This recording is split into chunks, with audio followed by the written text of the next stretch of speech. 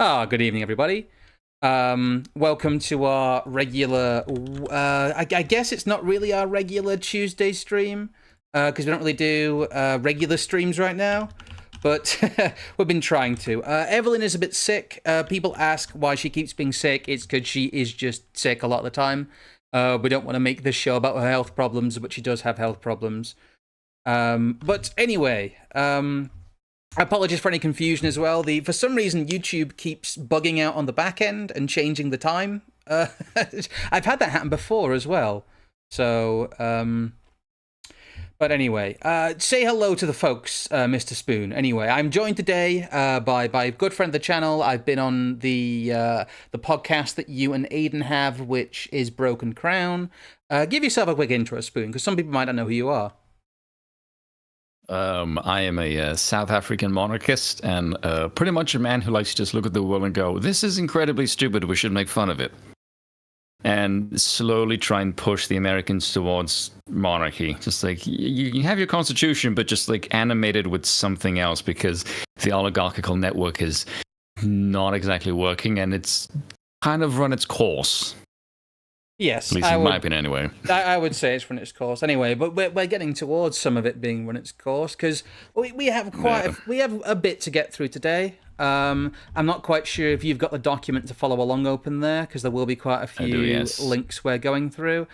I did try and turn the OBS camera on for you, but that seems to have balked as well. So we're having some slight tech issues today, but we shall power through. OBS has been a right asshole in the last couple of updates.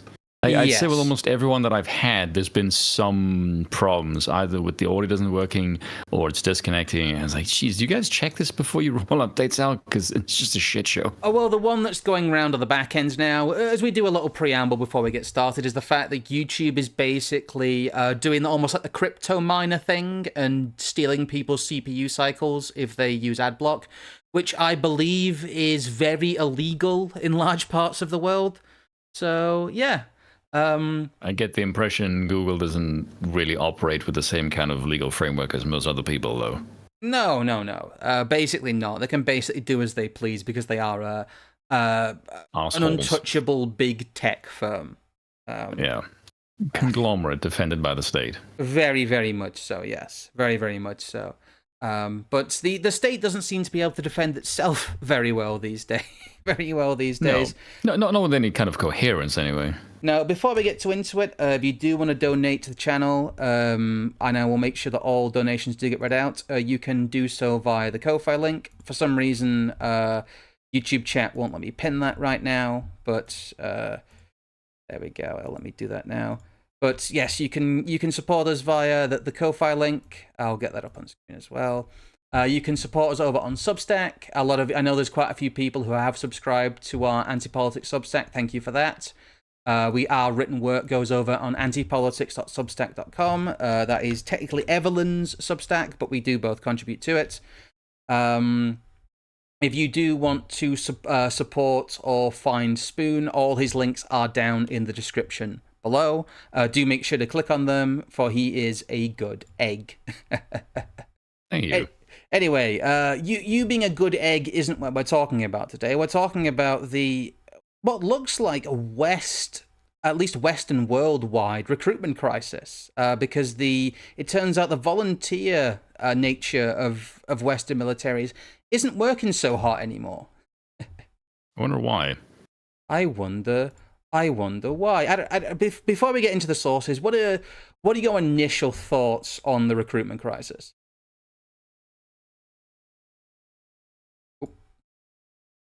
Mr. Spoon? Probably the fact that we are lacking any kind of standards for health and fitness. That's a big one, yes.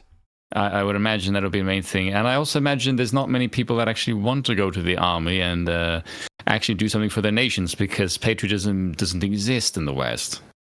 No, it is part of, I believe really it's part of a wider picture. Not to shill our work too much, but if you guys want to see some of the wider stuff, I did a video on Yemen, which talks about a little bit of this stuff just 3 days ago. And in terms of the wider collapse of supply chains. We did quite a popular stream a little while ago called Non-Decorate Collapse with Radical Liberation, another good friend of the channel. A lot of you I know do watch Radlib as well. And also we talked about specifically in terms of military contractors sometimes. Well, military contractors mainly, but other stuff as well. The general kind of skills collapse or competency crisis stuff does all feed into this. So if you do want some wider reading, that is where to start. But I want to start with this graph. This is a graph of full-time trained army personnel in the UK, and it has been reducing really steadily since the 1950s. But now we are at, I believe, a record low in terms of military personnel in the UK, a record low for the last 400 years, which is madness in my opinion. That's insane. 400 years. That's what I've been told. Yeah, by some measure. It depends how you measure it. But yes, we are at least in modern times, we have the smallest army in UK history. And during the current crisis, it's like, I wonder if like military could be used for, I don't know, some kind of defensive purposes of the nation. It's an odd one because we try not to talk about geopolitics and geopolitical wrangling on this show too much because, quite frankly, it turns into one big game of like Hoi 4. There's a lot of armchair generals out there, and I don't want to be one of them. No, that's fair enough. Not exactly a road you want to go down. No, I can't stand people who think that they're military experts when they're not. I have not been in the military. Yeah, I have not been in the military. I don't know how a lot of military equipment works at a granular level. I will not pretend to. I know how it works on a broad level, but there are people who are experts on this. I am not one of them, and I don't claim to be one of them. But the underlying point here is that the UK Army, despite its spending roughly staying on track with inflation over the last decade, is at its smallest ever. And this is also the case with fitness as well. 3 in 10 soldiers unfit to fight in conflict amid growing military recruitment crisis. This is also true. I'll be going over the US military and a little bit of the German military as well as we go forward. But this fact is true not only in the UK, but also kind of NATO-wide. In that you have smaller militaries, but you also have militaries that are far less fit, as you were saying. Yeah. That kind of reminds me of what you said to me earlier about the elite not knowing what to do with the obesity crisis. And it's just easy to say they just be fat. I find kind of hard to believe. They don't really have many solutions for it, though. Like, apart from like government-mandated fat camp, what are they going to do now that everyone's just huge? Seriously. Oh god, just think of that South Park episode now, where Karma gets into fat camp and they just basically just smuggle sweets in and just sell. I imagine that's probably the same thing that would happen. It basically kind of is, but the problem is that we already have quite a big command economy and quite a big managerial state. There's a lot of stuff in Britain that is already, and in the wider West, that is already micromanaged, as you know. And trying to sort out problems like obesity and general fitness problems and everything really that stops there being viable fighting age men in Britain is really big. It's a really big problem. And I don't have the data here. This would make the stream like 4 hours long. But obesity actually does affect immigrant populations in many cases much more acutely than native populations because they can't deal with the food when they come here. They're not used to a Western diet. I wonder what's the spending habits of recruitment capabilities now versus, say, when it was like in 2012. The thing is, it's very hard to get accurate figures about how much is spent on recruitment. I believe the recruitment budgets, quote unquote, since the invasion of Ukraine, because a lot of this stuff talks about, you know, since the invasion of Ukraine, blah blah blah. Since the invasion of Ukraine, if I don't create word salad there. God, I've been doing that all day. Apologies if I have any vocal tics. I'm a little bit tongue tied today, but we shall again power through. Oh, excuse me. I don't know. You always have a very silky voice there, Spoon. What, power through? I have my moments, yes. It's basically, it's my voice is the thing that does the heavy lifting for my silly opinions. For the most part. 3 in 10. I don't know. For those of you who don't know, Spoon is originally South African. Yes. Which is why I sound like a pretentious git. It's also why I have the opinions that I do. It's in the South Africans used to have quite a feared military and quite a feared manufacturing capability as well in the kind of 90s and 2000s. But a lot of that, as the chaos has spread in South Africa, has kind of gone away. Yeah, I spoke to some of because my father used to serve, because back when he was 18, he was still supposed to serve. Like, they still had national service when he was a youngin'. And he told me some of the shit that they would get up to in the armies, and like the special, like the Green Beret kind of equivalent of South Africa were just like insane people, like legitimately borderline psychotic. Like, if you look at like old videos of like South Africa's command forces, like they look like Rambo and behave as such. Yes, quite literally. And it's like, Jesus, what kind of people did they breed to do that? Like, it was just fight with like absolute reckless abandon. They literally come off like Rambo figures. Well, no idea how they got there though. The UK, I've not got too much stuff here, but a lot of the UK military talk at the moment, anyway, is around future tech. It's around drones. It's around the use of AI. Their big thing, their big solution to this graph and this fact here is that, well, we're all going to fight with robots. We're all going to fight with AI. And I think that whilst there has been some, usage of drones, especially in the Ukraine conflict, all it's really shown is that armor is a bit redundant. And quite honestly, infantry has become a lot more important again. The human factor of hundreds of thousands of men squaring off against hundreds of thousands of men has been the reality in the theatre in Ukraine. We've almost taken this weird step backwards in warfare, where both anti-tank missiles and anti-tank drones have meant that mobile infantry is a bigger resource now in terms of, especially the use in quote-unquote conventional warfare. So basically, in the future, we're all going to fight with Terminators. Well, that's what they think, but I don't think that's I can't see that ever going badly. Well, Russia has shown that Skynet. Skynet can be overcome by hundreds of thousands of men with hundreds of thousands of low-tech AKs. You can't really adjust for manpower. There's no replacement for manpower.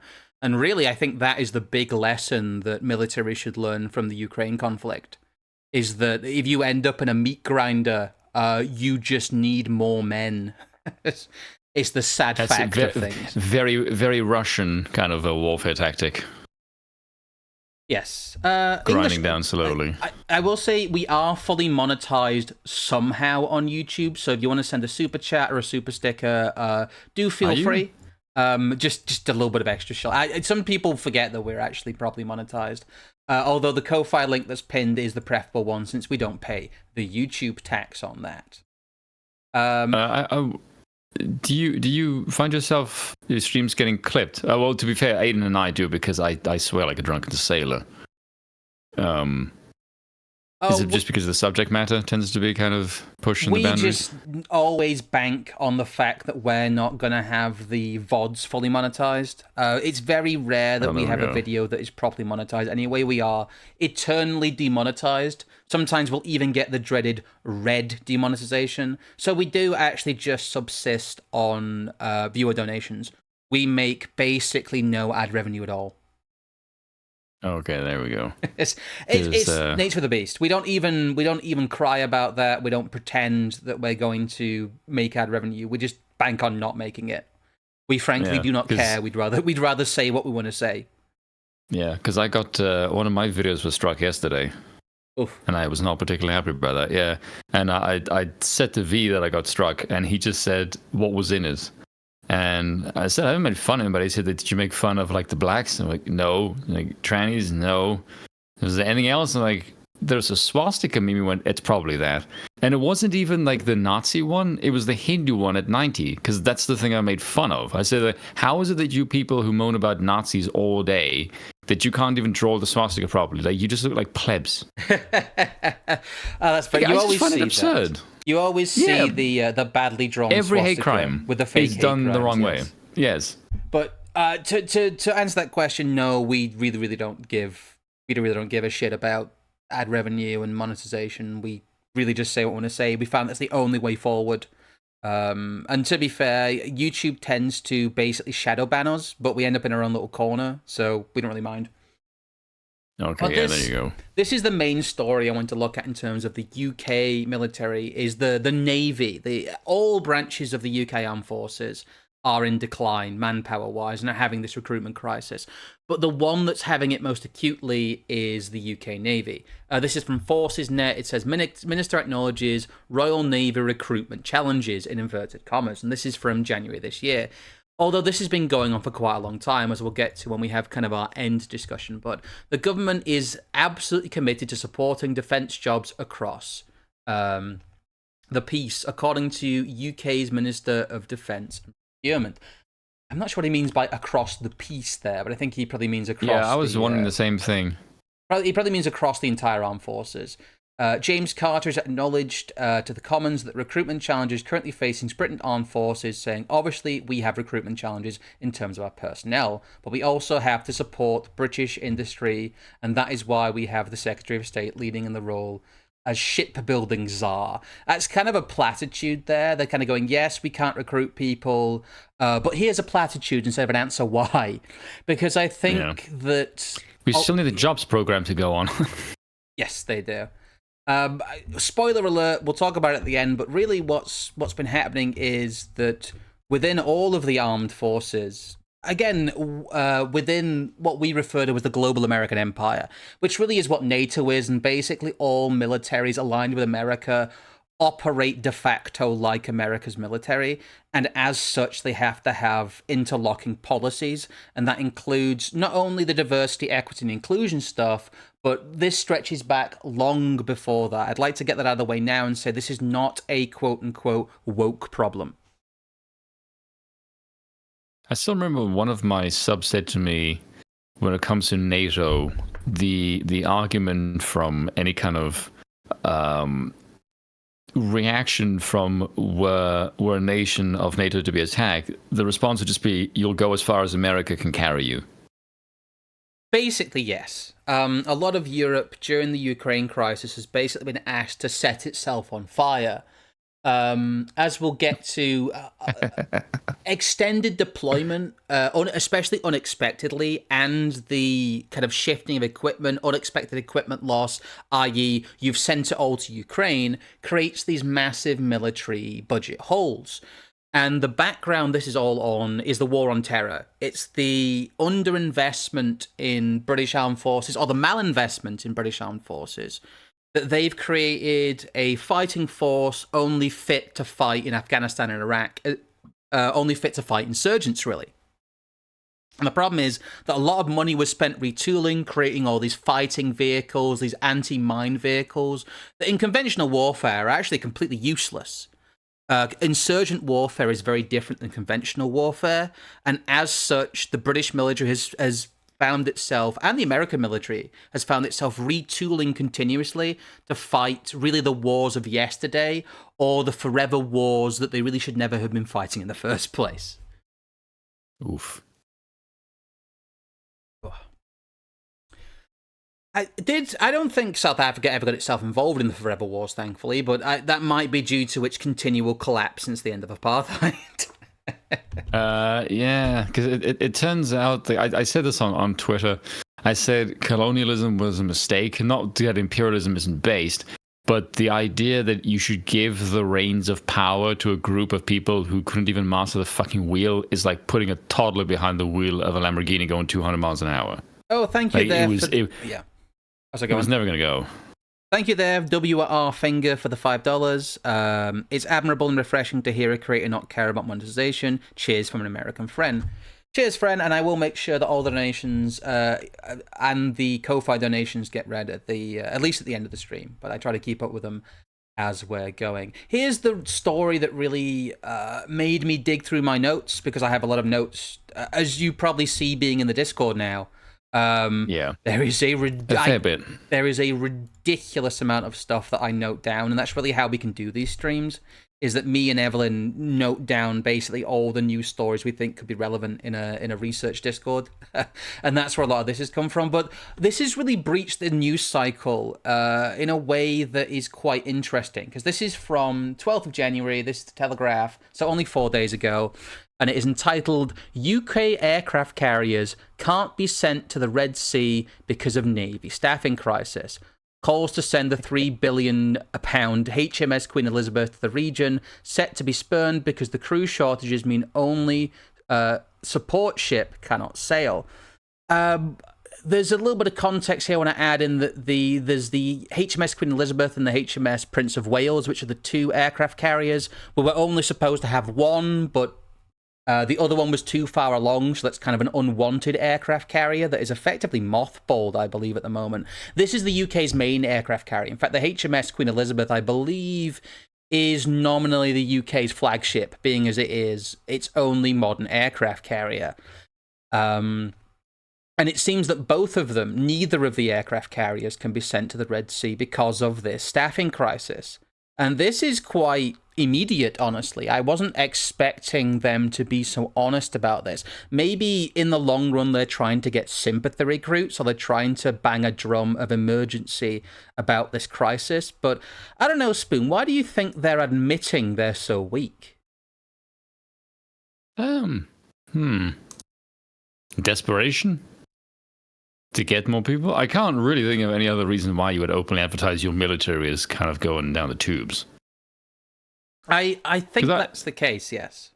Yeah, because I imagine in any kind of scenario where you would advertise something like this, it's a way up of what's the cost of benefit. Like, yes, we might seem weak, but we might recruit people by the time the enemies can do something about it. That's like my only rationale for why you would signal this. Like out in the open, it's strange. I think this is a little bit of a glimpse into elite rivalry and into secondary power center rivalry. It looks like the UK's defense industry and the UK armed forces in general are making quite embarrassing announcements to try and shame the other parts of the government into giving them more money. Or that. I think that's my biggest read on it anyway. That's a bold gamble.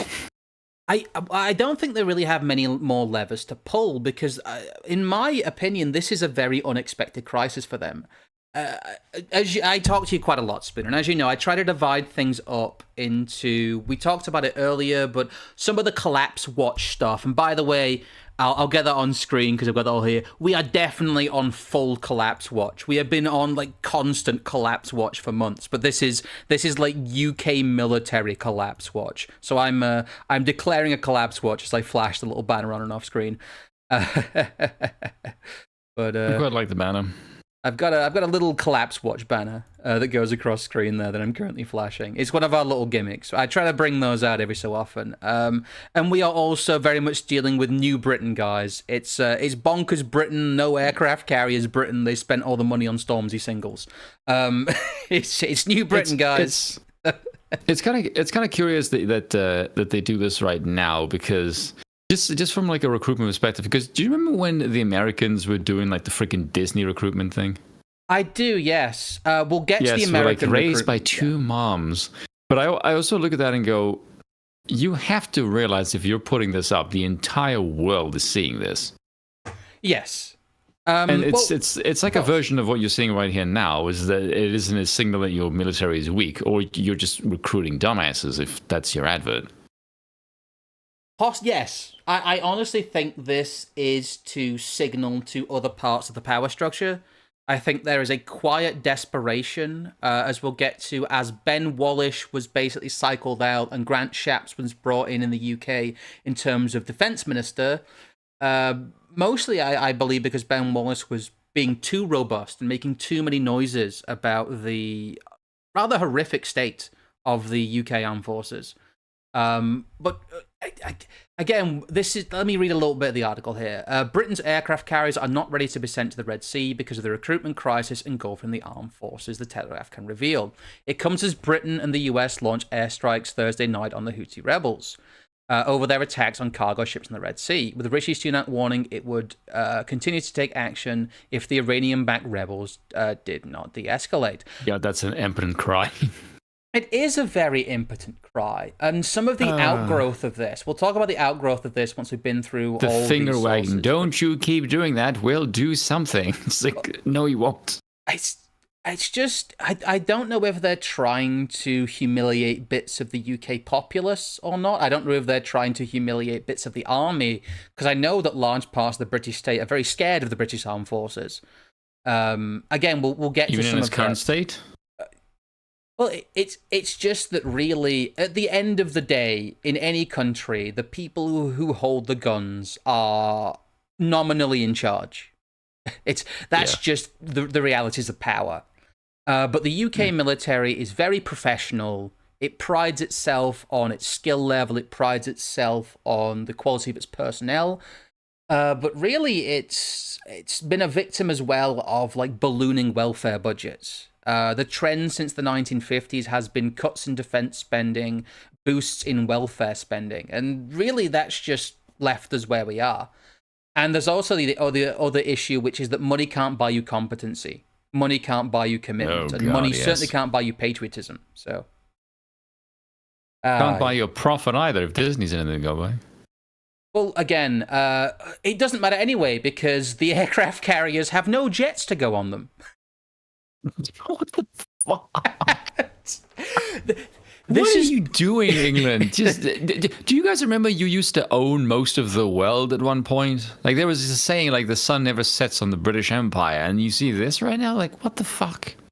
Part of Why? The problem, it's so sad. Yeah, part of the problem is that the F-35 and the Eurofighter aren't really heavily designed to take off from aircraft carriers. I believe the French and the Italians have made aircraft carrier-capable versions of the Eurofighter, but they require kind of special adaptation. A lot of this is to do, again, with the embarrassing failure of the F-35 project, which has been a huge money hole for the American military for many years. And I've heard from inside the Air Force, both the RAF and the US Air Force, that basically they're smiling and nodding and pretending it works when it doesn't. The F-35 doesn't work properly as a combat aircraft, and indicators are that it never will. I imagine it's because of financial reasons that they are keeping hush-hush. It's just sunk cost. The F-35 project, I think, was one of the largest military expenditures in terms of a single project in US history. It was huge, and everybody got a piece of it. It was a funding bonanza for all the subcontractors. And what came out of it was a plane that did not work. And we were supposed to, I believe, buy F-35s. Since the Eurofighter it's an aircraft from the 1990s. There's no way around it. It's a good aircraft. It's a well-adapted aircraft. I know people who've worked on it. I nearly ended up being arrested for trying to break into a laptop accidentally that had the plans to the Eurofighter on it. But that's a different story. That's a different story. we need to have a discussion about that off stream. I'm curious as to how that happened. I had a family member who was involved in the project, and they didn't tell me the laptop they wanted me to quote-unquote repair was an MOD secured laptop. Oh, so yeah, okay, yeah. I imagine that might have gotten you in some trouble. F-35. Do you know what's on the? I imagine we're like, do you know what's on this laptop? Well, no, I'm trying to get into it. That's kind of the point. It's anyway. F-35, the Bradley of the sky, very funny there.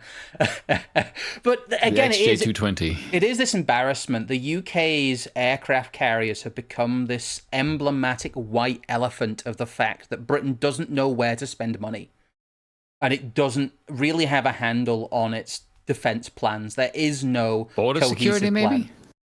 Sorry, border security, maybe. Deportation programs? I think that might be a really good way to get some money.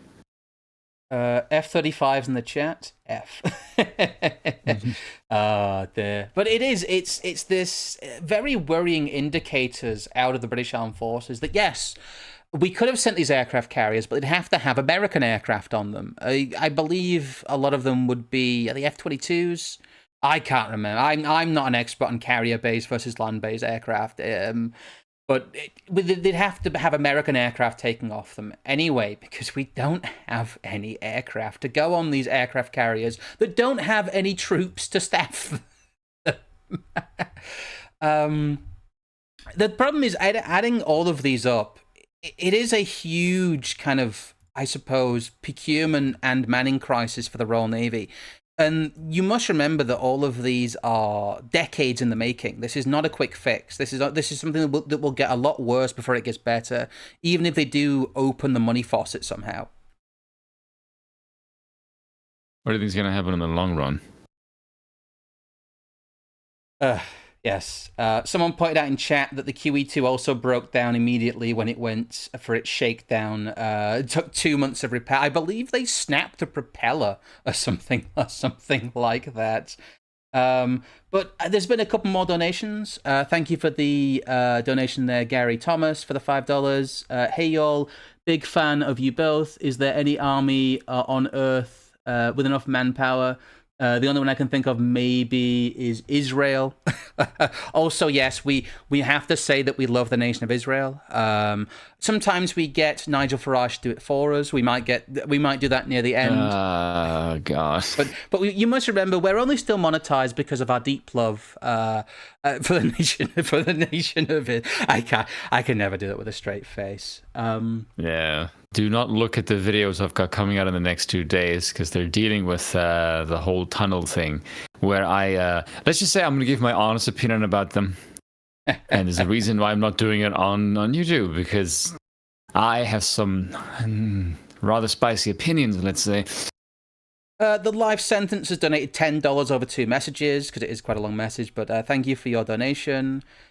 He says, they have no problem going into infinite debt, continuously rebuilding militaries whose own debt will never fight in a whose own debt will never fight in a war, and have their escape plan already in place for when, if not all, the mass unifying. The floor is speaking Yiddish. Unavailing campaigns go completely sideways. Sorry about that. Did you see that? Yeah. Yes, I did. Did you see that Twitter? That was like the funniest thing. Just like, I'm not going insane. And like a year later, is like he's completely vindicated in the most like surreal way you would ever see in your entire life. Like there's like I did not. This was not on my bingo card for 2024. Like can we get some teas in the chat for the tunnels, please? I don't know. Maybe none of our military equipment and boats work because they're being tunneled. Maybe they're in the walls everywhere. Have you considered that there could be Jews in your walls? I'm sorry. You will now. They're in your walls. They're in your walls. They're in your walls.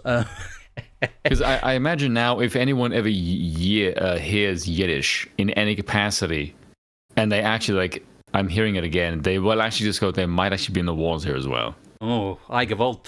It's another shower. Speaking of another shower. Freaking weird.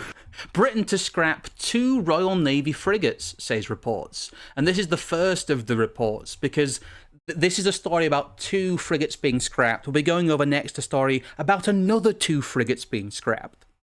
And I believe is that a commission, or they're just like actually breaking it down? I believe they're being mothballed and then broken down. I think scrapped means scrapped. HMS Westminster and HMS Argyle faced the axe amid a recruitment crisis and fleet modernization efforts. The recruitment crisis is mentioned here as well. This is again from January this year. It is claimed that HMS Westminster will be scrapped and sold to an ally despite the long-held plan to renovate the warship. Rumours have swirled for months whether the Type 23 frigate, currently being held in Devonport, Plymouth, would ever be back in the open sea. I believe these are frigates from the 1980s and 1990s, the Type 26 and the Type 26 frigates. The crews will now be sent to work across the new fleet of Type 26 and Type 31 frigates as they come into service. Sorry, it's a Type 23. I'm mixing it up there. But But we have a lot of aging naval hardware that isn't fully being replaced.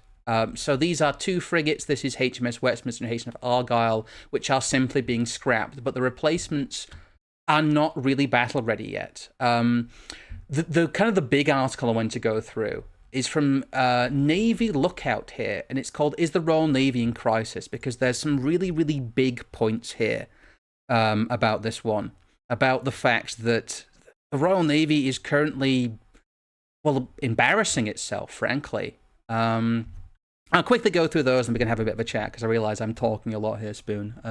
Do bear with me, because there's quite a lot of information to pass here. But you're good.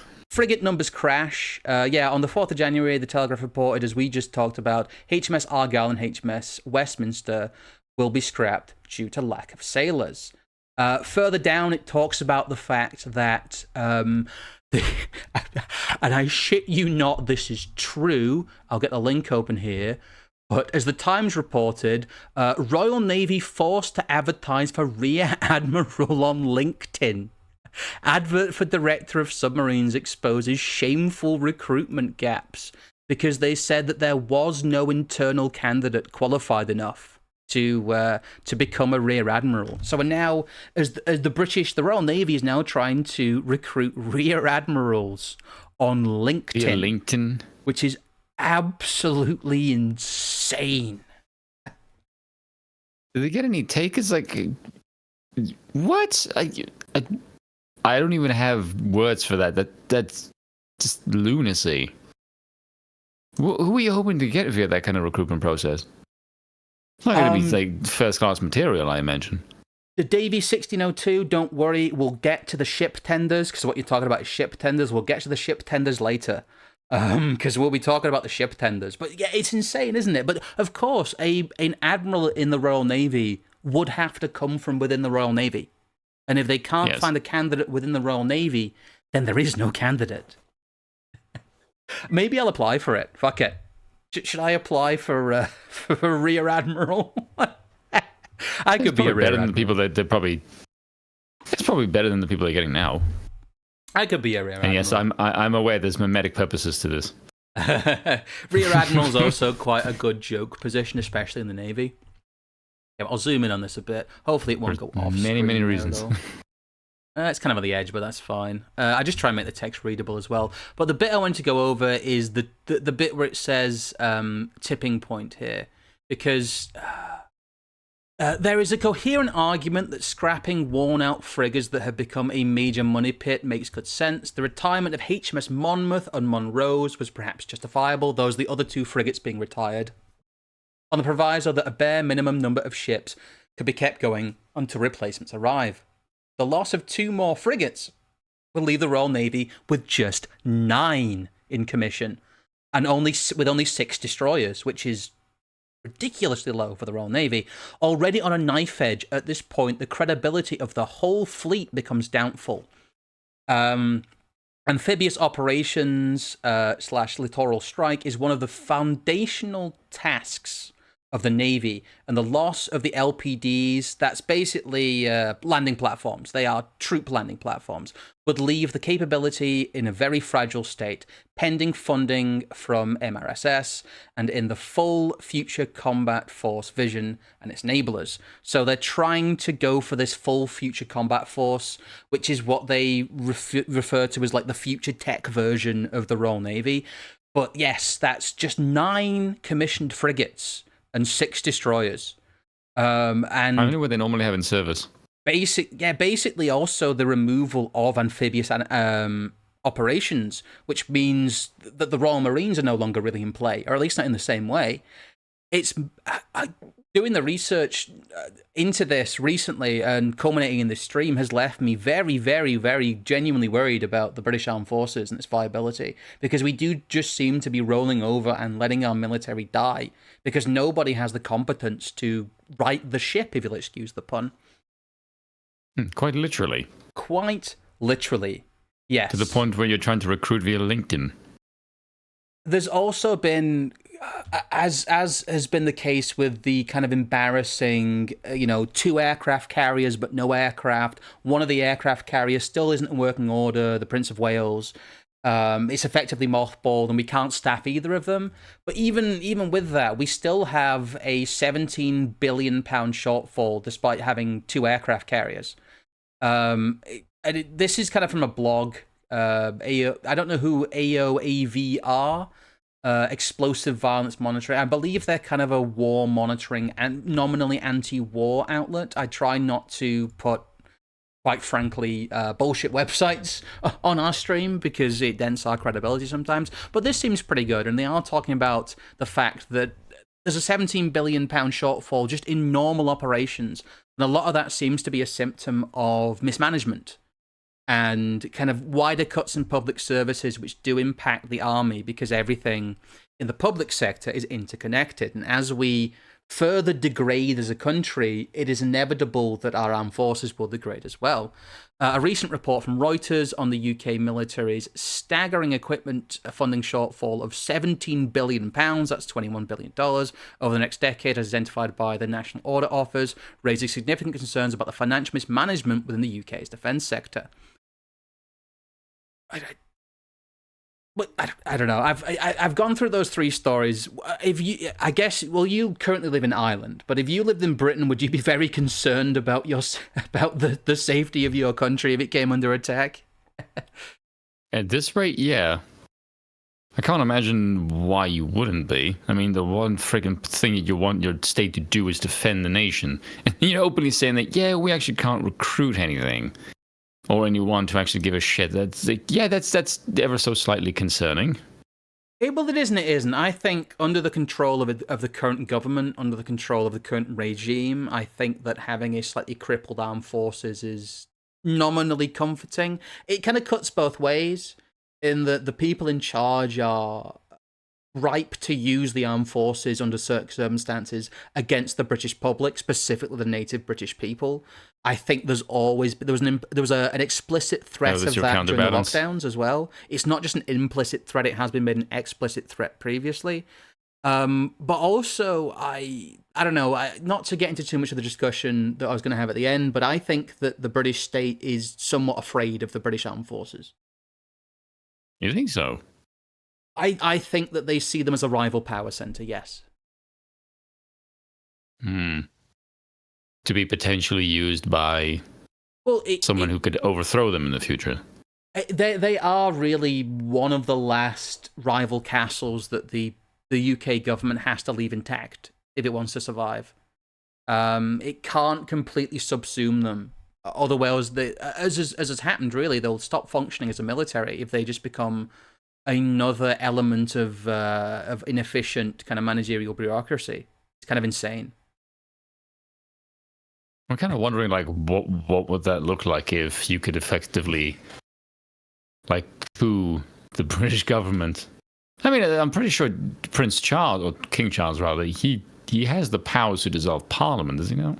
He is technically the head of the armed forces. Yes, it is. The Royal Navy, the Royal Air Force. Her Majesty's Armed Forces. You don't swear an oath to Parliament when you join the armed forces. You swear an oath to the monarch, which is interesting. It's a shame that our ruling monarchs aren't exactly the most useful, let's say, but that is still something that is reality. But I think there is always in the back of the mind this fear that the armed forces in Britain, if things get bad enough, could become a problem.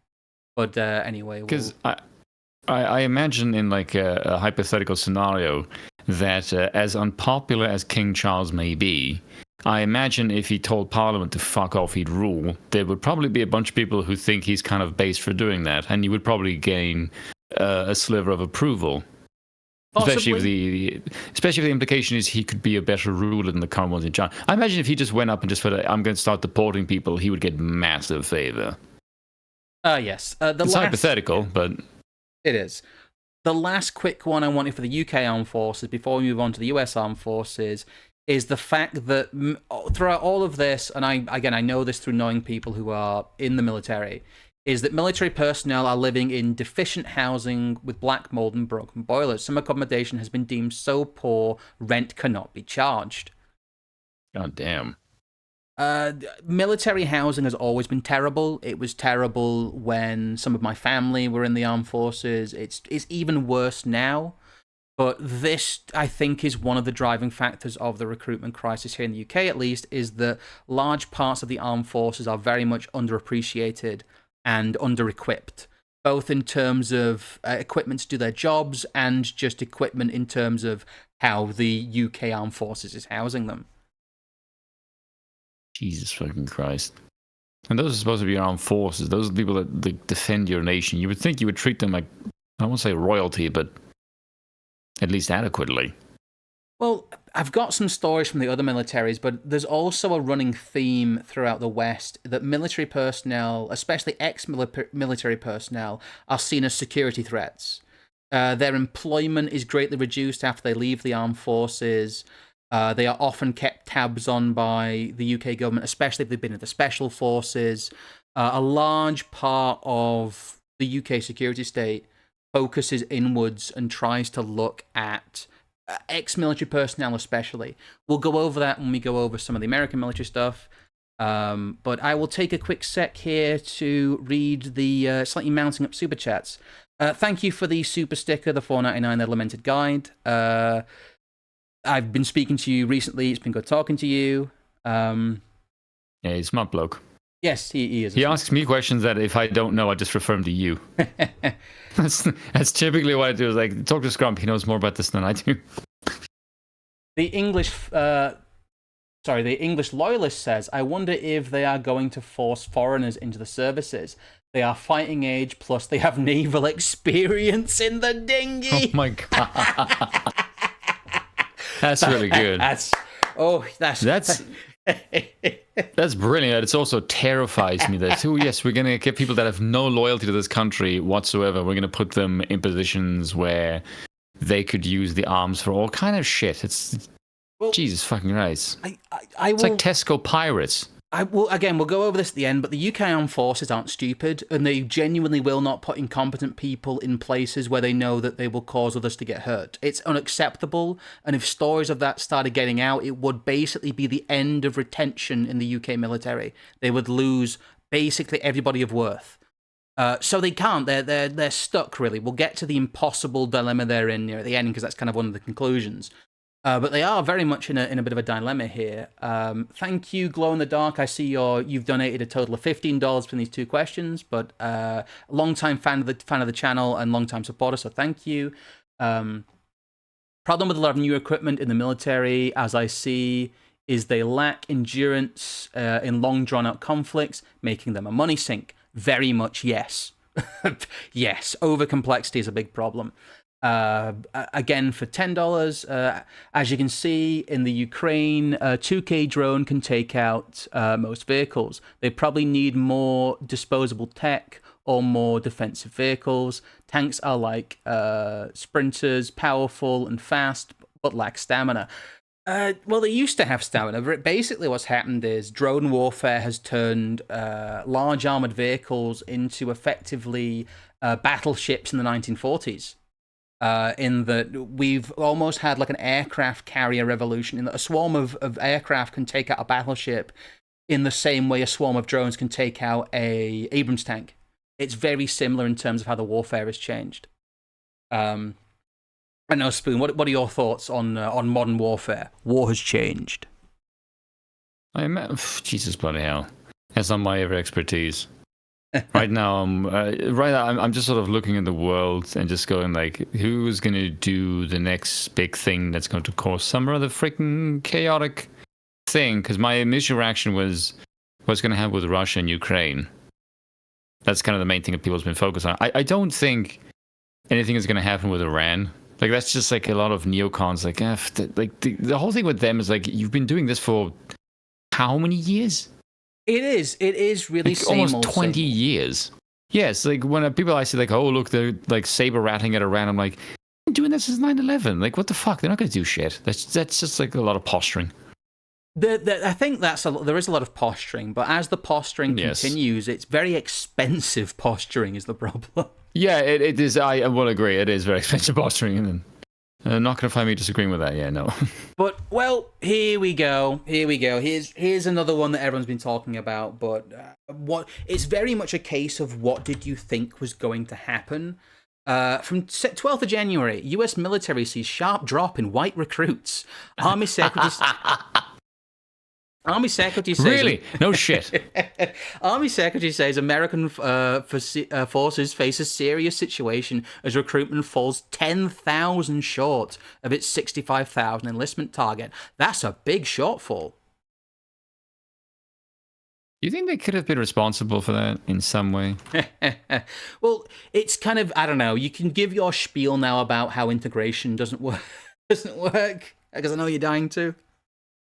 No, I'm good. Fair enough. I'm on somebody else's stream, so I have to be kind of tempered. I'm not. Well, as someone in South Africa, you can attest to the fact, though, that multiracial societies do not function. Not well, anyway. No. I do think they could function if they had a coherent power base that essentially needs to hold the reins, because that is essentially what South Africa is missing. It is missing essentially a monarchical type figure, which is why I sent you that post of the guy who just said South Africa is going to deteriorate into dictatorship or autocracy, and this was said in like 1966. And like, yeah, no one wants to talk about why that has actually happened. I mean, even though it just fucking tells you what will happen. So I do think there's definitely a conversation to be had there, but it's like your interactions with power. Like, you just realize that someone, or this is like kind of Molbech's thing, is that somebody must hold it, because if you don't, something else is going to try and worm its way into it to try and take power. And South Africa's government, like, Jesus fucking Christ, you need someone that is competent in the art of statecraft to steer the ship of a modern state. And that's just never going to be the Africans. Like, sorry, but that's just reality. You want a state that's set up by Europeans, who you're going to need to run that? Europeans. Well, I imagine, even though they're not making the demographic outline, I believe that the UK's recruitment crisis is very much the same, in that they are not recruiting from quote-unquote white British quarters anywhere near in the way that they used to. I've seen a lot of UK kind of military adverts recently. I won't put any on screen because they'll get struck. I believe they strike them quite quickly. But a lot of them do feature like basically what I refer to as the model UN. You get somebody of every single race. God, the cringe. And a lot of it really does seem to be targeted towards quote-unquote ethnic minorities, but quite simply, someone who is not of your nation will not fight for your nation. They are really fighting one of the key aspects of like ethnic and racial reality, which is in-group preference. And once you sever the nominal in-group preference of white America, this is what you end up with. If they no longer think that the American military fights for white America, then white America will not fight for it. It's very, very simple. It's an input-output problem. But it's not like the US military. God, the Zoomers. Look at the Zoomers there. Oh, my God. Sorry, I'll send you this image quickly over the Discord, because you can't see a lot of this. But the big bonuses and relaxed policies article has this image of like the Zoomers being, God, I'm sorry, Americans aren't going to make it. F's in the chat for America. Oh no! I feel like I should sue you for the cringe. This military is not bussing. For real, no. for real. No, not with Jesus Christ. Oh dear me, that's. It's really just sad watching the American empire just fall of its own incompetence. A lot of people keep thinking there's going to be a big event, but quite honestly, all I foresee is slow death. This is slow death. I don't see America. Remember when you said the thing with the Second Amendment is that America really just allows guns because they know the Americans won't do anything? That's the other side of it. It's the other side of it. I believe it. Then they don't want to expend the political capital either to remove them, but that's the other side of it. Yes, in my opinion. Yeah, and also Lamented said to me, "Oh my god, that was like the most demoralizing thing he's been told in ages because he believes it's true." I'm like, yeah. I also just went like, holy shit, I actually do agree with that. I do think that's true. Like, because I like whenever Americans just say, "Oh, we're going to take up arms against the state," I'm like, no, you fucking not going to do shit. Like, Americans don't have it in their blood to actually do that. They think they're like the ideological descendants of the founders and that society. Like, no, you are a bunch of fat bastards. And you just like capitalism. Like, there's really nothing more to your culture if we're going to preserve the American state. Like, I'm sorry, but that's just not who you are as a people. I'm trying to rein back on my constant America bashing, because since I made that American disease video, that's basically all I have to say on the matter. Really, as robust and as unpalatable as that video was to certain people, I believe that America is a dead project and was a dead project at its founding. We're seeing the outgrowths of this attempt to create this society without a rooted people at the heart of it. And that's why New Zealand has got as bad as it has. That's why Canada has got as bad as it has. That's why the entire Anglosphere is in this horrible freefall, because they are simply confused Europeans who've forgotten where they are in many cases. It's kind of weird fight that racial reality. You can't. I find it quite weird because South Africa is kind of unique, like the Dutch people in that regard, is that we actually have our own language. Yes, Afrikaans.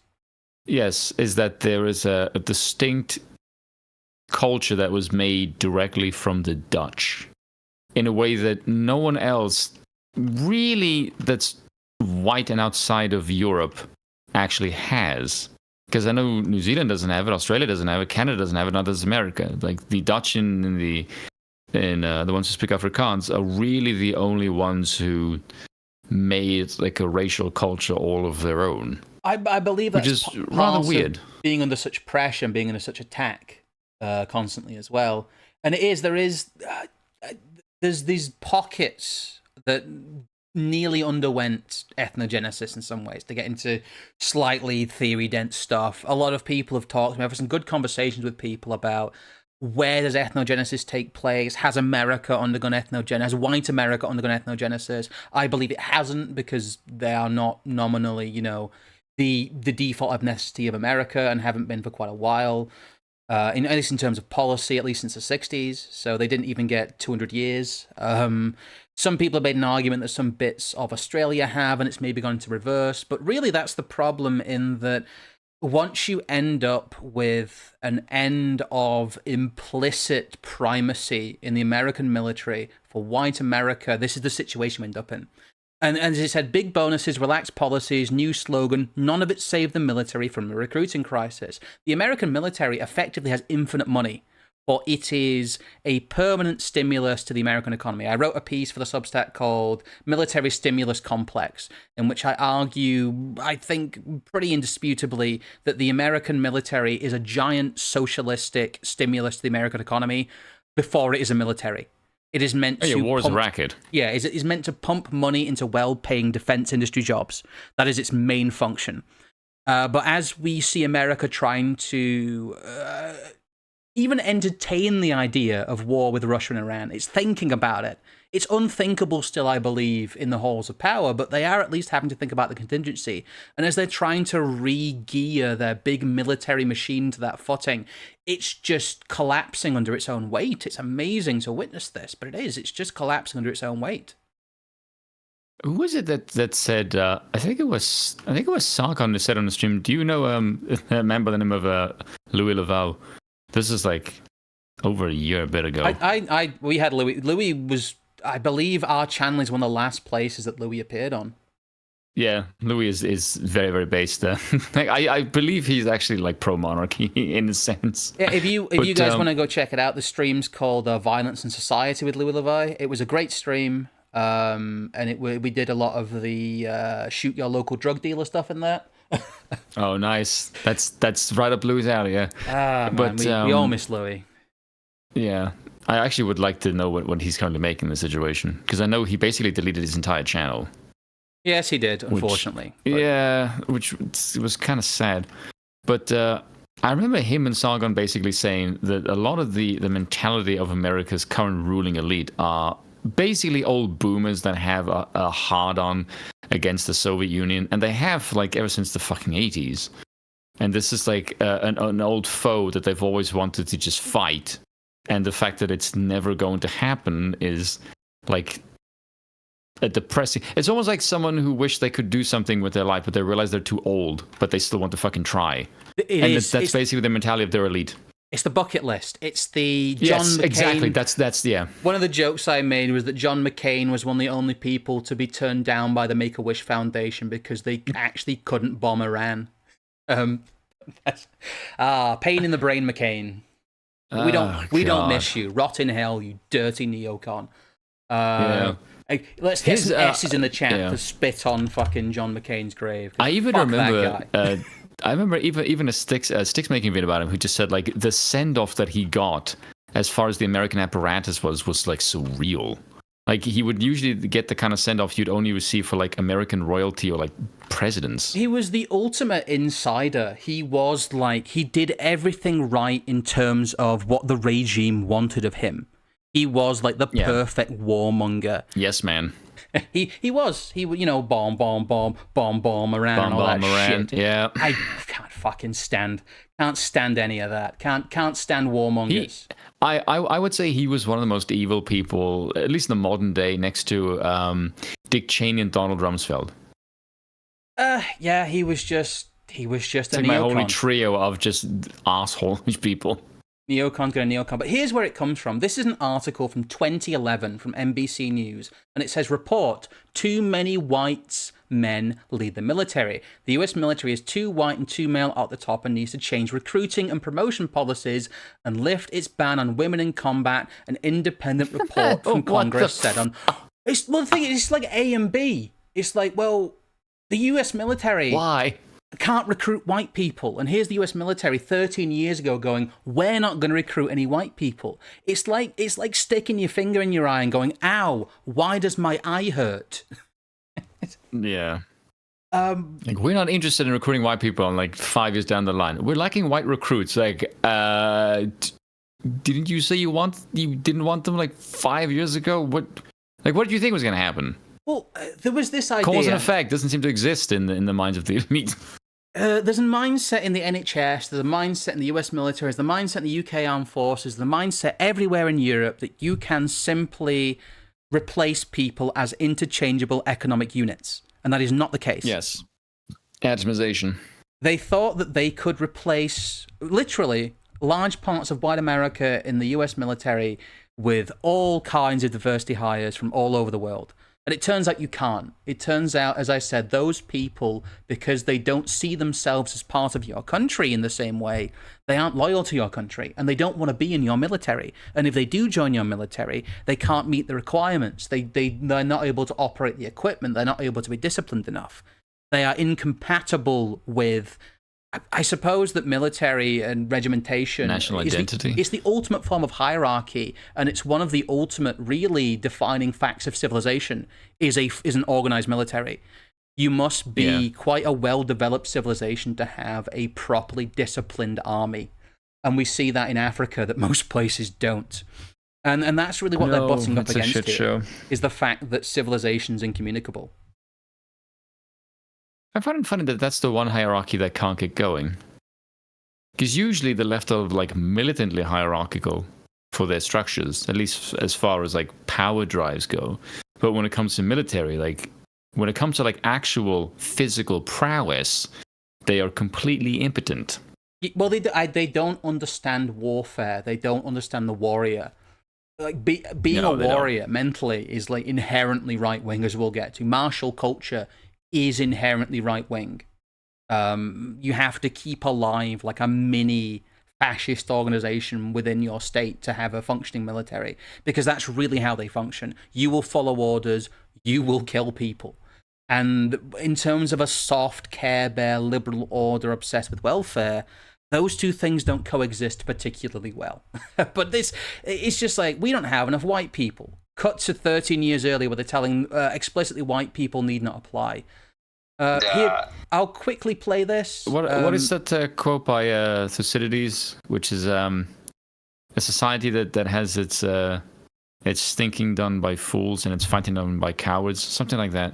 Yes, this is from. Sorry.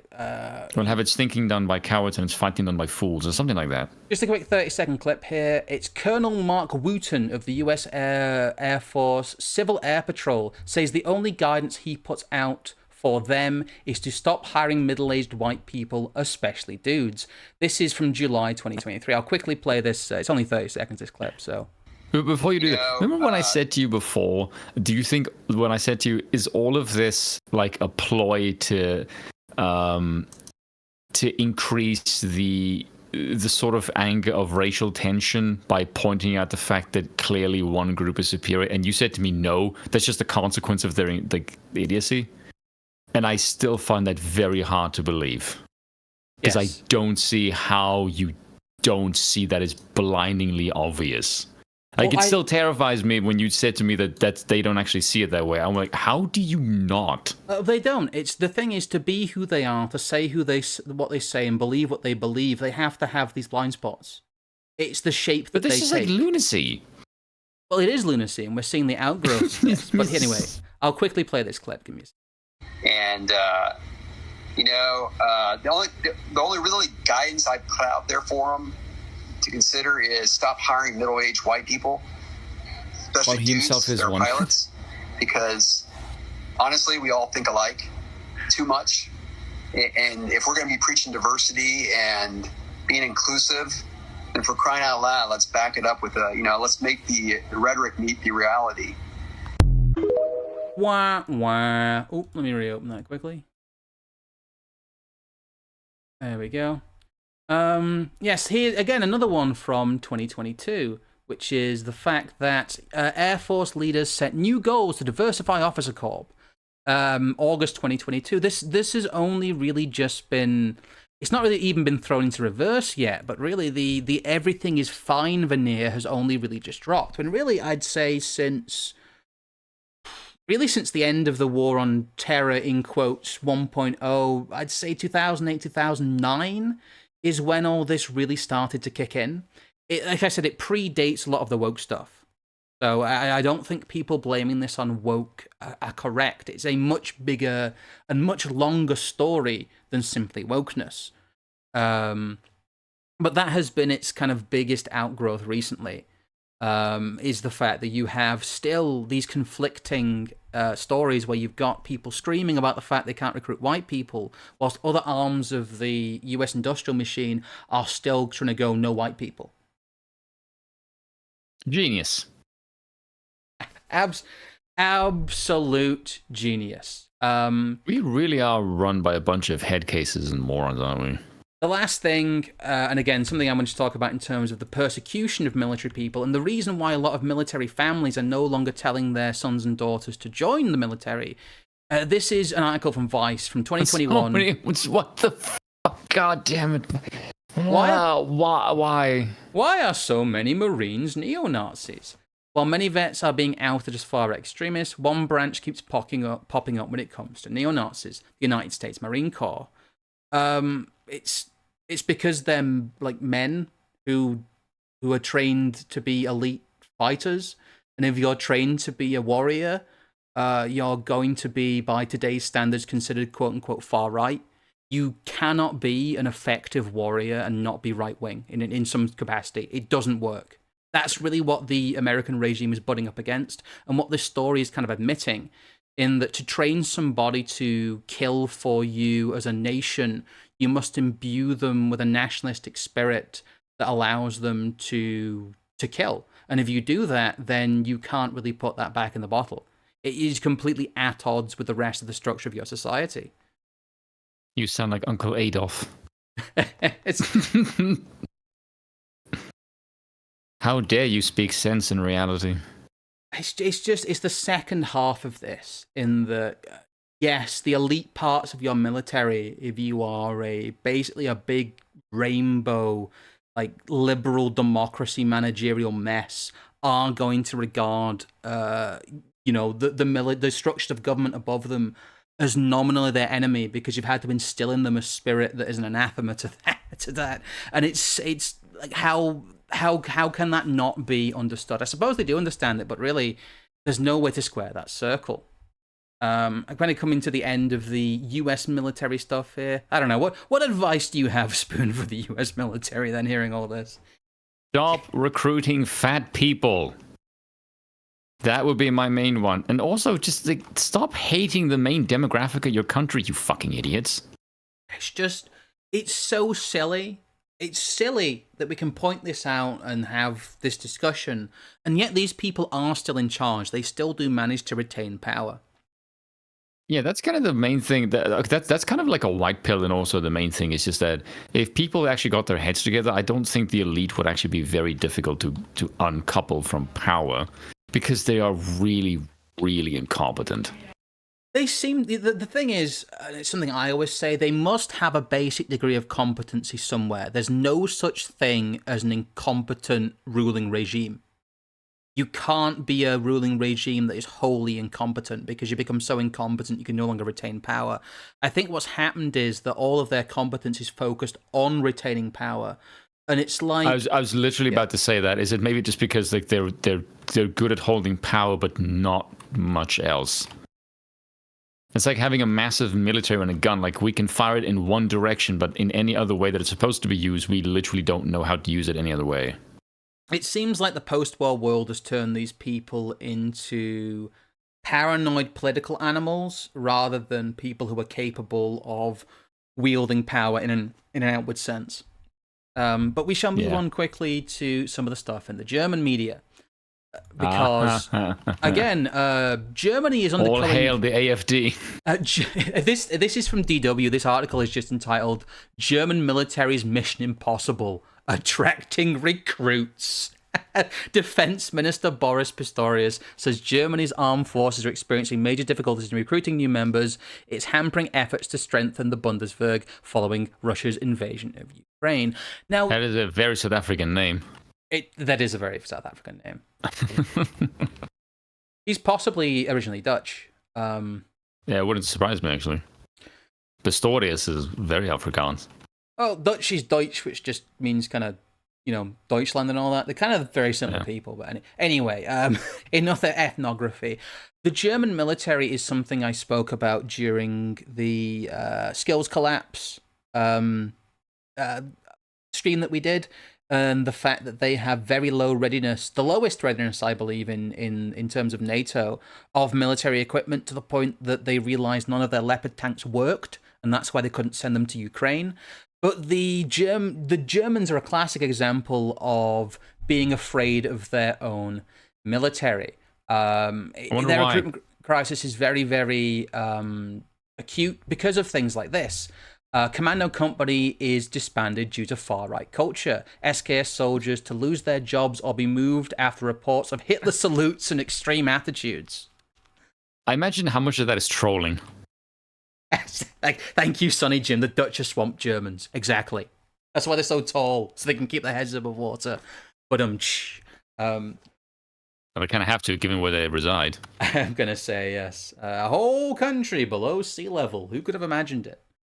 But this is what they're coming up against. I believe the German state has deliberately neglected its armed forces because they are afraid of them. They are afraid of them as a rival castle, because they have become such a degraded nation that cannot have any national pride. I wonder why. It's because, like, when Germans get national pride, they tend to be, German.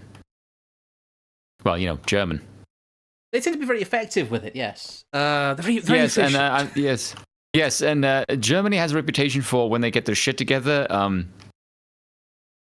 nations tend to get forged or destroyed. They're kind of a potent. They're very potent people, actually. For reasons we can't really explain. It's just innately German. The Germans are always very German. I would Germans, say. Yeah. But that's I don't know. Where's the last one? It's very German culture. Well, the outgrowth of all of this, as we've been talking about, of all of this crisis, is what we saw with like the Houthi strikes in quotes. Oh, this is terrible. I hate the BBC's website, but Rishi Sunak strikes on Houthis intended as limited single action, at least on the UK's part, and this is the outgrowth of it. What we're seeing here is cope. I'm sorry, I'm going to call cope. This is cope for the fact that the UK has realised its navy at least is not ready for power projection deployment. They went in, they kicked over a few sandcastles, they pounded sand, as I put it in my other video, and then basically the UK buggered off because they're a glass cannon with very little ammo, it seems. What a shame. It's just kind of tragic to see nations that were so powerful basically just husks of their former selves. You're telling me. Yeah.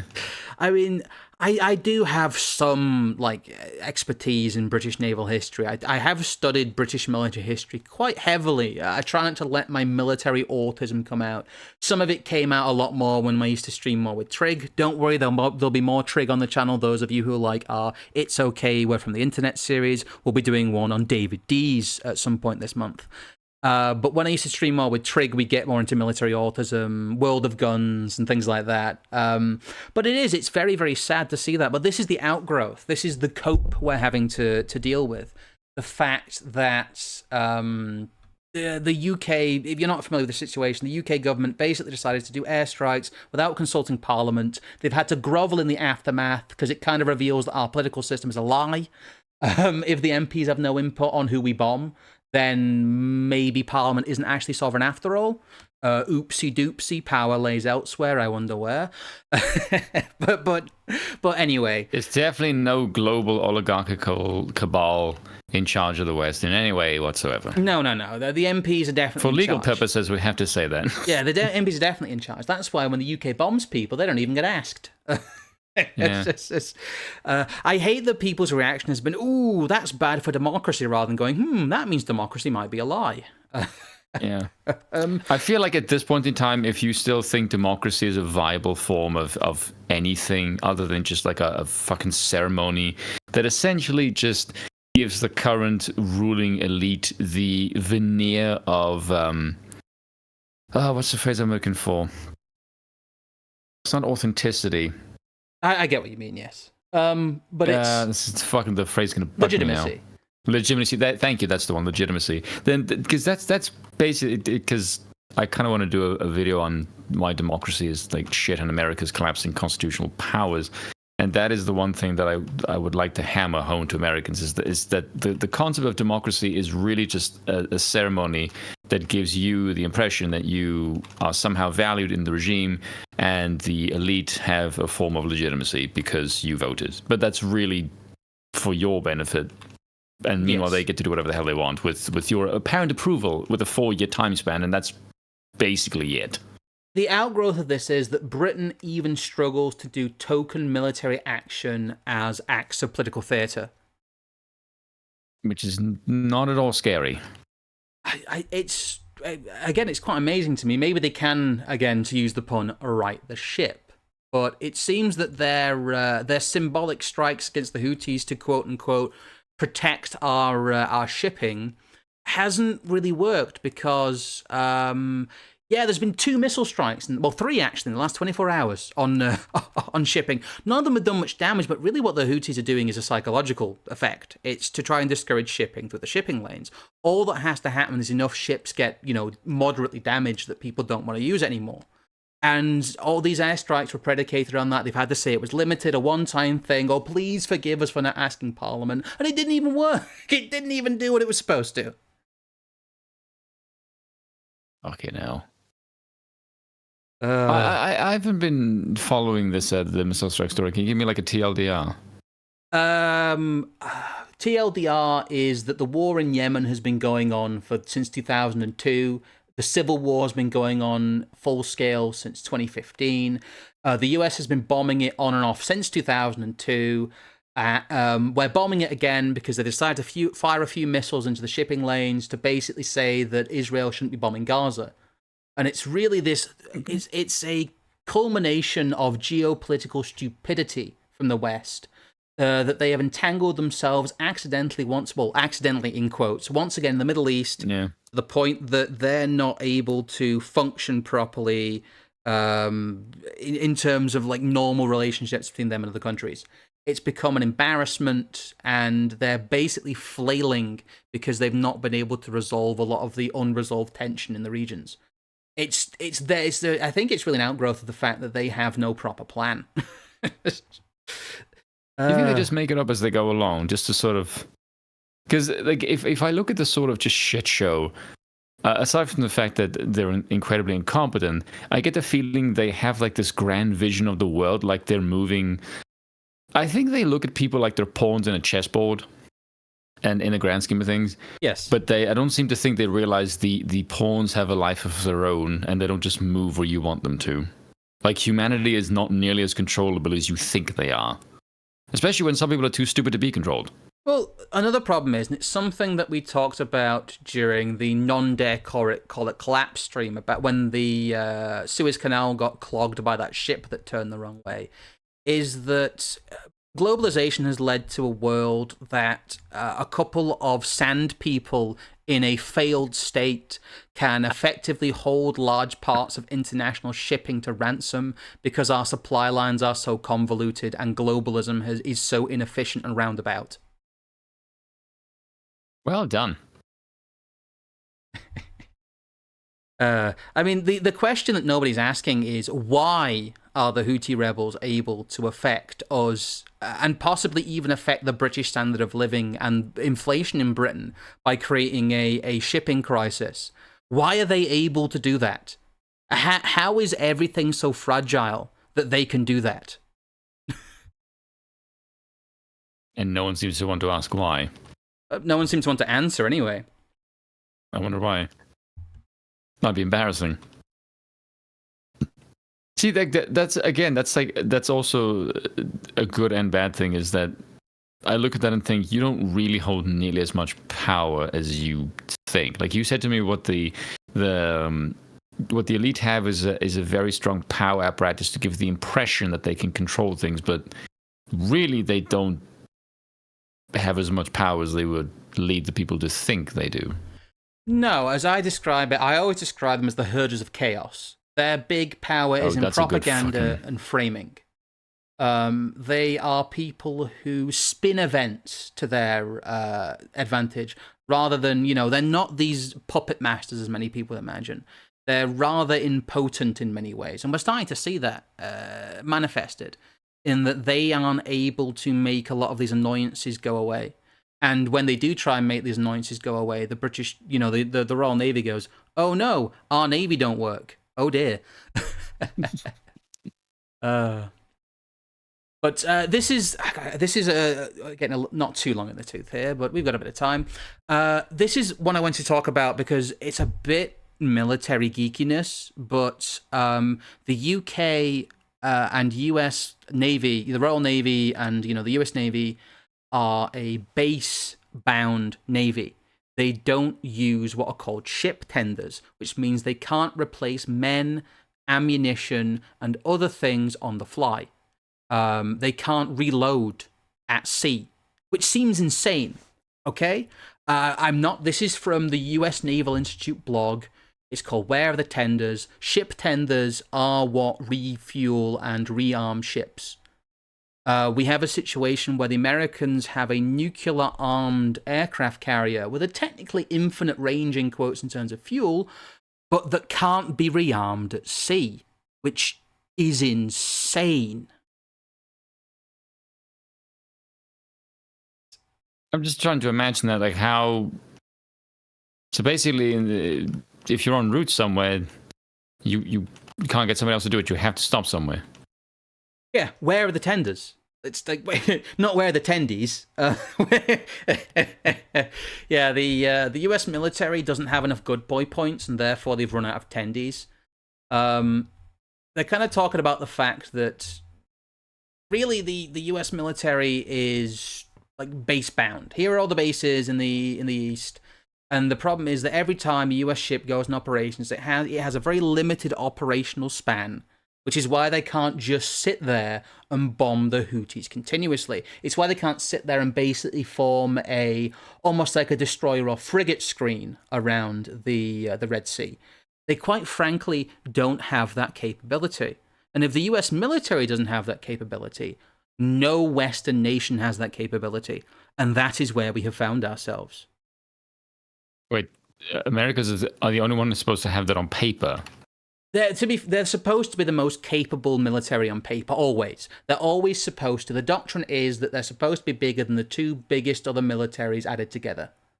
So if the two other world powers declare war on the US, they're supposed to be able to beat them both. Is what they go for on paper. I don't get the impression just from their military history that that's really something that has any kind of validity.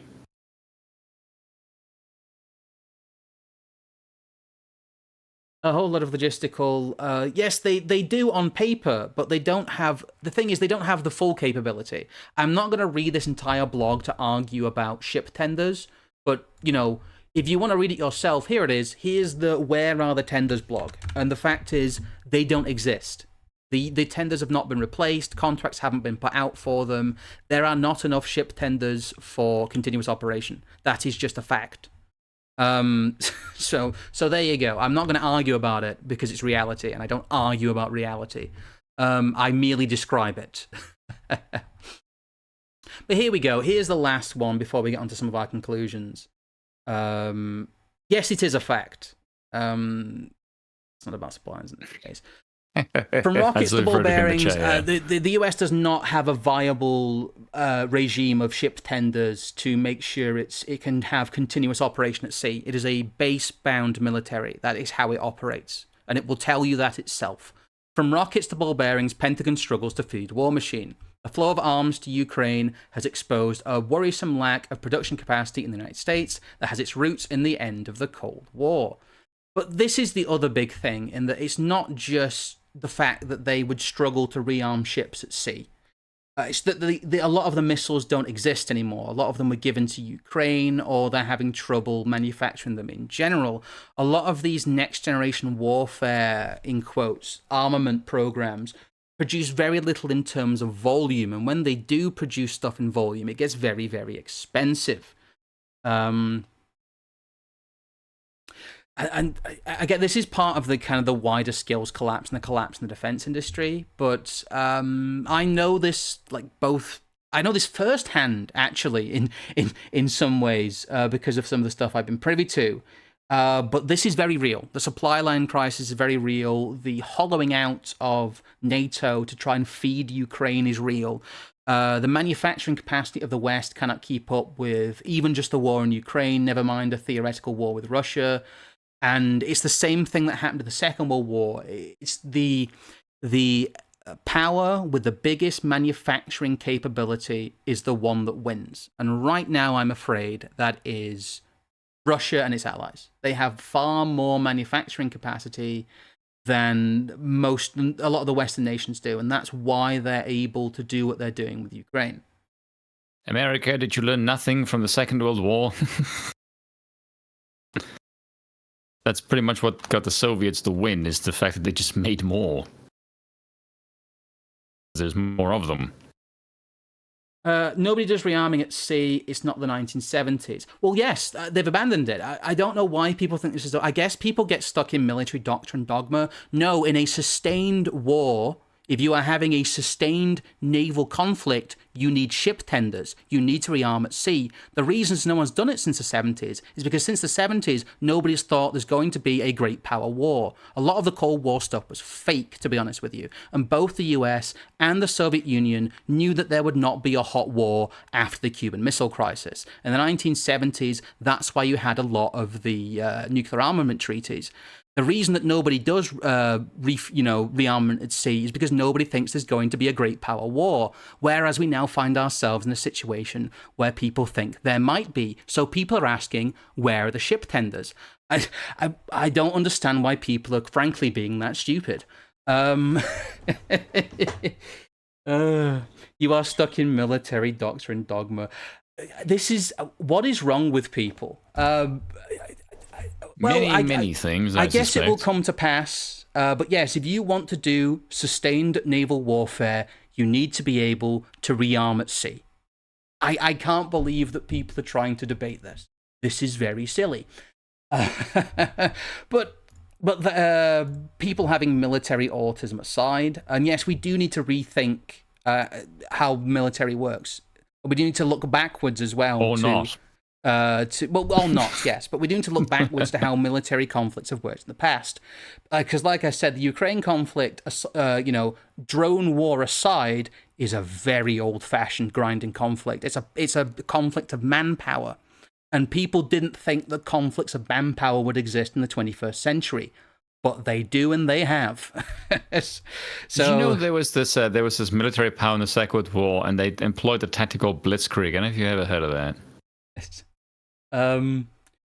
It's very odd, but who would that be? I've never heard of this blitz now. Let's get into the conclusion section. Otherwise, I do believe there were drugs involved. People keep arguing that you don't need to reload a ship at sea if you want sustained operations, which I think is one of the stupidest things I've ever heard. That just sounds absurd, even just on face value. And again, these are questions that the American military complex has been asking itself, which is why we put the Navy blog up there. Anyway, why is this in the media now? This is a problem long in the making, and one that would be obvious from the push to exclude white males. I posit that they have filled as many positions as possible with different demographics, and are now going to pivot to fill the ones left to push unwoke recruitment. I believe, as many people have said, that this is why the woke paradigm is going away and we're moving into another counter-jihad. We're moving into another war on terror kind of footing. But they have tried as hard as possible to revolutionize the demographics in the military, and it hasn't worked. We are being told about this long-running problem because the narrative is changing to address it. Token efforts to fix this will not be an improvement, merely pragmatic survival. They still loathe ethnic Europeans. I wonder what happens if the Europeans decided one day, yeah, we're actually not going to bother with this anymore. We're actually going to tool up and maybe take it to them. I don't see that happening anytime soon. I'm just, generally speaking, whenever European powers, a lot of the people, have been galvanized by some force, we tend to make new nations, historically speaking. Yes.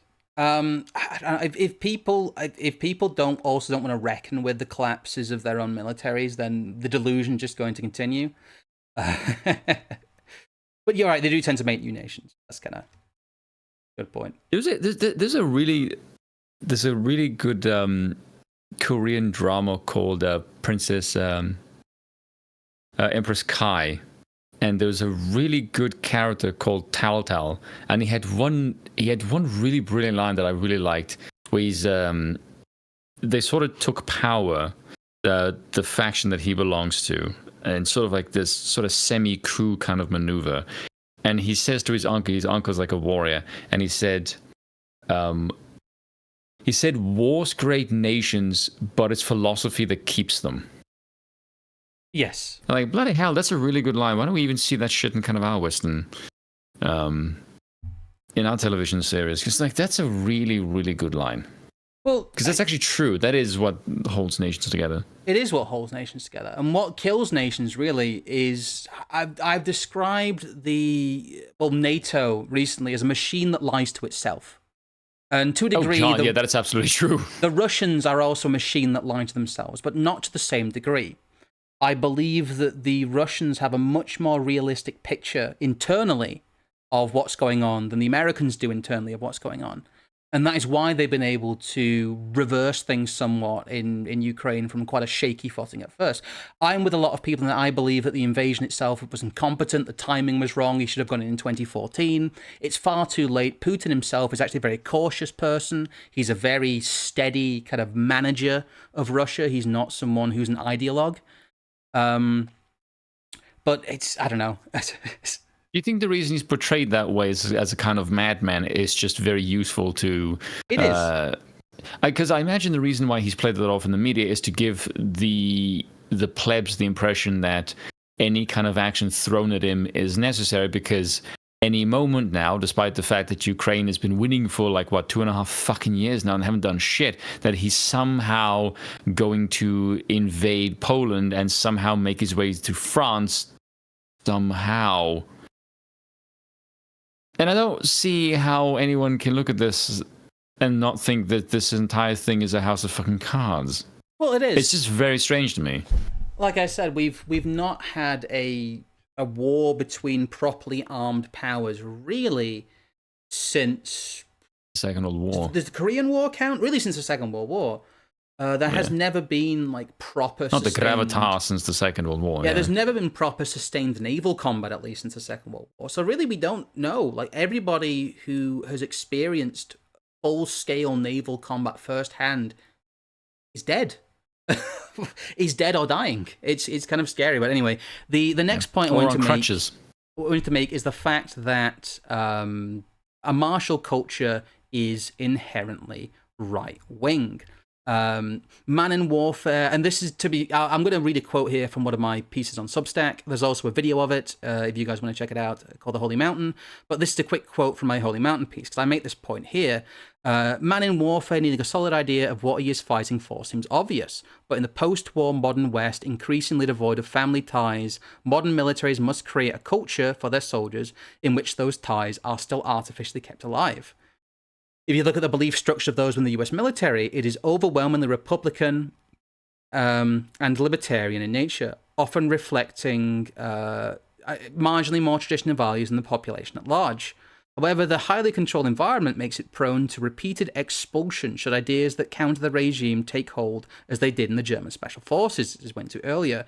There is this inherent push and pull that a military organization needs to have these traditional values. But traditional values are under attack everywhere in the West. So you can't have a martial culture without it being right-wing, but you end up with a military that's far, far to the quote-unquote right of the rest of your population. That's really obvious now that you say it. It's just a lot of things tend to be. But yeah, that's also one thing that you will notice. It's just some of the most obvious things that you say are like, oh yeah, why the fuck didn't I think of that? I'm kind of thinking that myself, and that is just a very obvious thing when you really examine it. There we go. I'm going to put that weird shill on timeout there. No shilling in my chat, please. Especially if it's just America cope. It's absolutely terrible. Yes, you have to give them something. Look who's leading their country right now. We don't know, because it's clearly not Biden. People seem to think I'm somebody who's a big fan of Vladimir Putin, and I'm not. I keep calling him an arch managerialist, and he is. He's a seat filler who excelled, is what he is. I don't think Russia is a traditional society. I don't think it's a model to work from. Aspire to. I don't even think they're particularly competent. They're just less incompetent than our incompetent leaders in some ways. That's it. That is my take on Russia. But anyway, I think the reason why people tend to assume that if you're not instantly hating Putin like he is the reincarnation of Uncle Adolf, that you are somehow a fan of him. We don't seem to have the capacity for any nuance in our societies. It's just very us or them kind of faction. And so the sort of reaction that you get from anyone who adheres to this kind of worldview is if you say, I don't like X, therefore you must like Y. Sorry, I've got a bunch of military people DMing me on Telegram now, telling me what I'm saying is actually right, as well, which is good. God, I might read that on a future stream if you don't mind. I'll message you back. But that was a great reply I've got there, so I might use that in a future stream. Thank you. People who do send me DMs from their expert subject area. They're very useful, and I do use them in my analysis because getting first-hand stuff is very useful. But this is the third point I want to make, which is the negative spiral. 40% of UK-born children have one parent born outside the UK. That's just a fact. As native demographics collapse, the number and quality of those willing to fight for the UK decreases because they only see the UK as a way station that pays them benefits. The remaining native British do not see the UK as theirs anymore and do not wish to risk dying for it. Targeting ex-special forces as potential terrorists has created massive anger in the military community and as has the degradation of their working and housing conditions. Oof, I don't know. What are your thoughts on that, Spoon?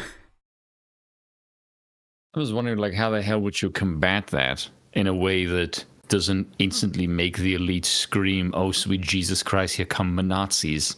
Well, that kind of brings down to the last point. They have found themselves into an impossible situation. You can't have a native military who holds ultimate physical power in a non-native, in an anti-native nation. You can't build a functional military out of the dregs of other nations. These are two things that they don't realize are fact. And I think that's the squaring the circle here. That's not how you build an army. That's how you build an asylum. Basically, yes. Yeah. Like, imagine like giving every crackhead like a scimitar and just saying fight. I think they might just like start gambling with each other and see who can win. I don't think they would fight for any kind of higher ideal. Don't worry, Glow in the Dark. I am seeing all your super chats. I will read those at the end because I've made some very salient points there we'll go over. But really, those are my 3 or 4 kind of concluding points, really. It's this impossible impasse. Do you think that the regime has to reform and become more traditional to survive? Do you think that they will? It's a very difficult question. Do you need to? Yes. Do you think you will? No. My thing is, and this is sort of just like a worst case scenario, I would look at it and I would imagine if you had any spirit of a fighting force, if there is any, like, I always think the main reason why they are so iffy about controlling telecommunications is not because they're interested in what people have to say. I think the main thing they're worried about is the power of the people to coordinate. I think it is, yes.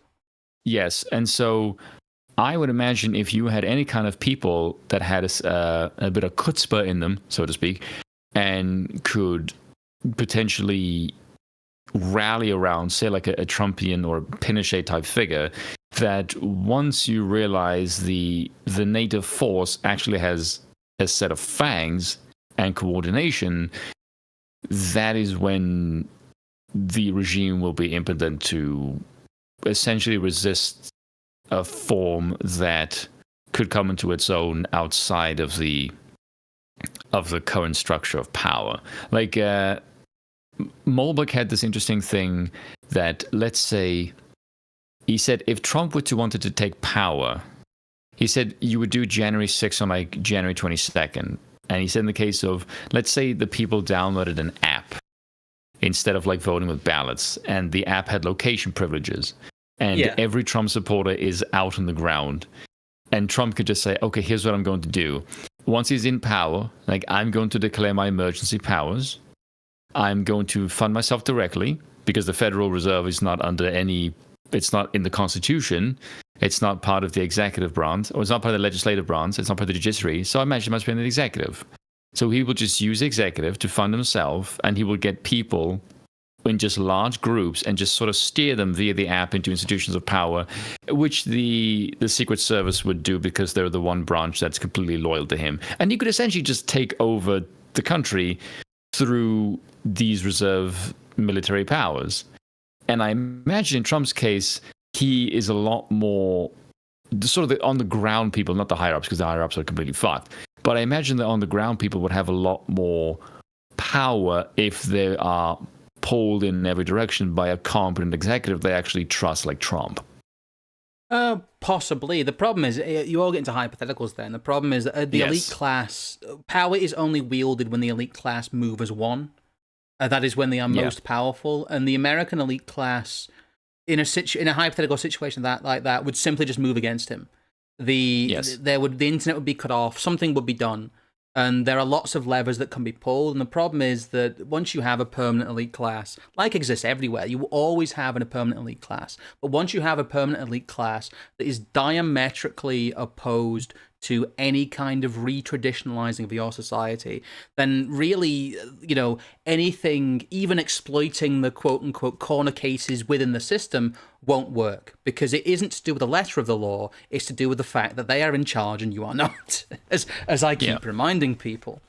Yeah, they'll basically just have every nook and cranny of fail-safes to essentially stop them. That's why I always laugh at the people who think the voters are in charge. I'm like, Jesus fucking Christ, if you believe that, you are blue-pilled up to your eyeballs.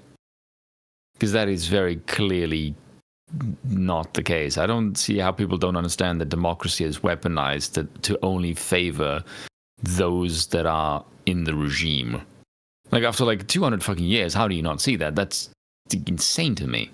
I'm going to read the rest of the super chats here. Spoiler alert, they're all from Glow in the Dark. He seems to have a lot to say, but thank you for all the donations, Mr. Glow in the Dark.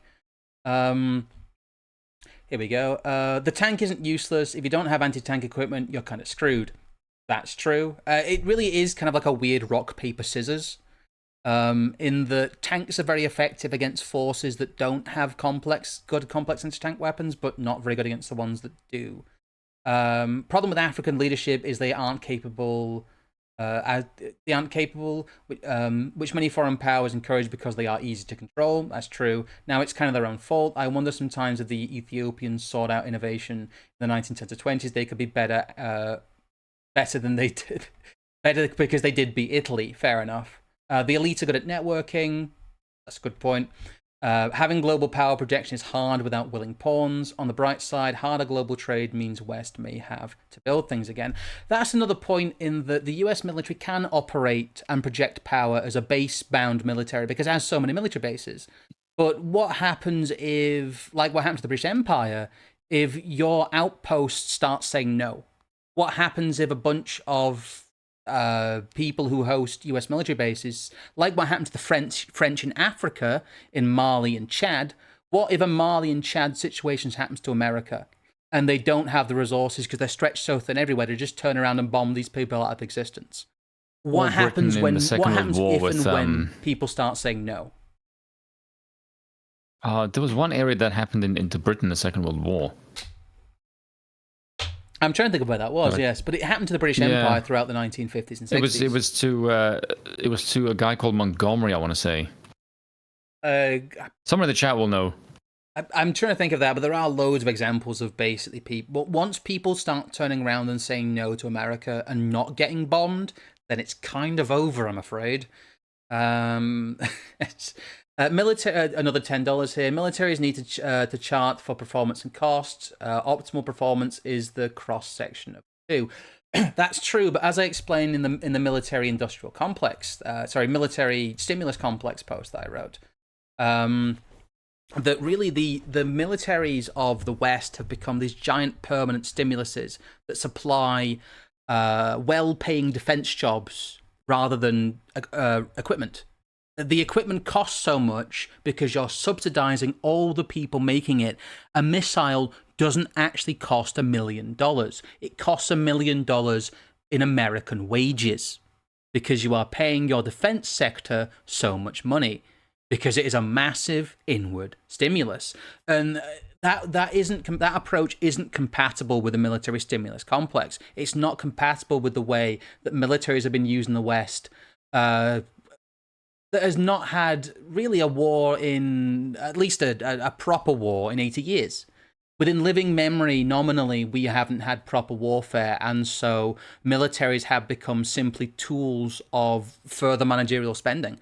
And they're not militaries. They're not militaries. They're giant bureaucracies, they're giant stimulus providers, and they're giant employers, but they're not geared towards fighting.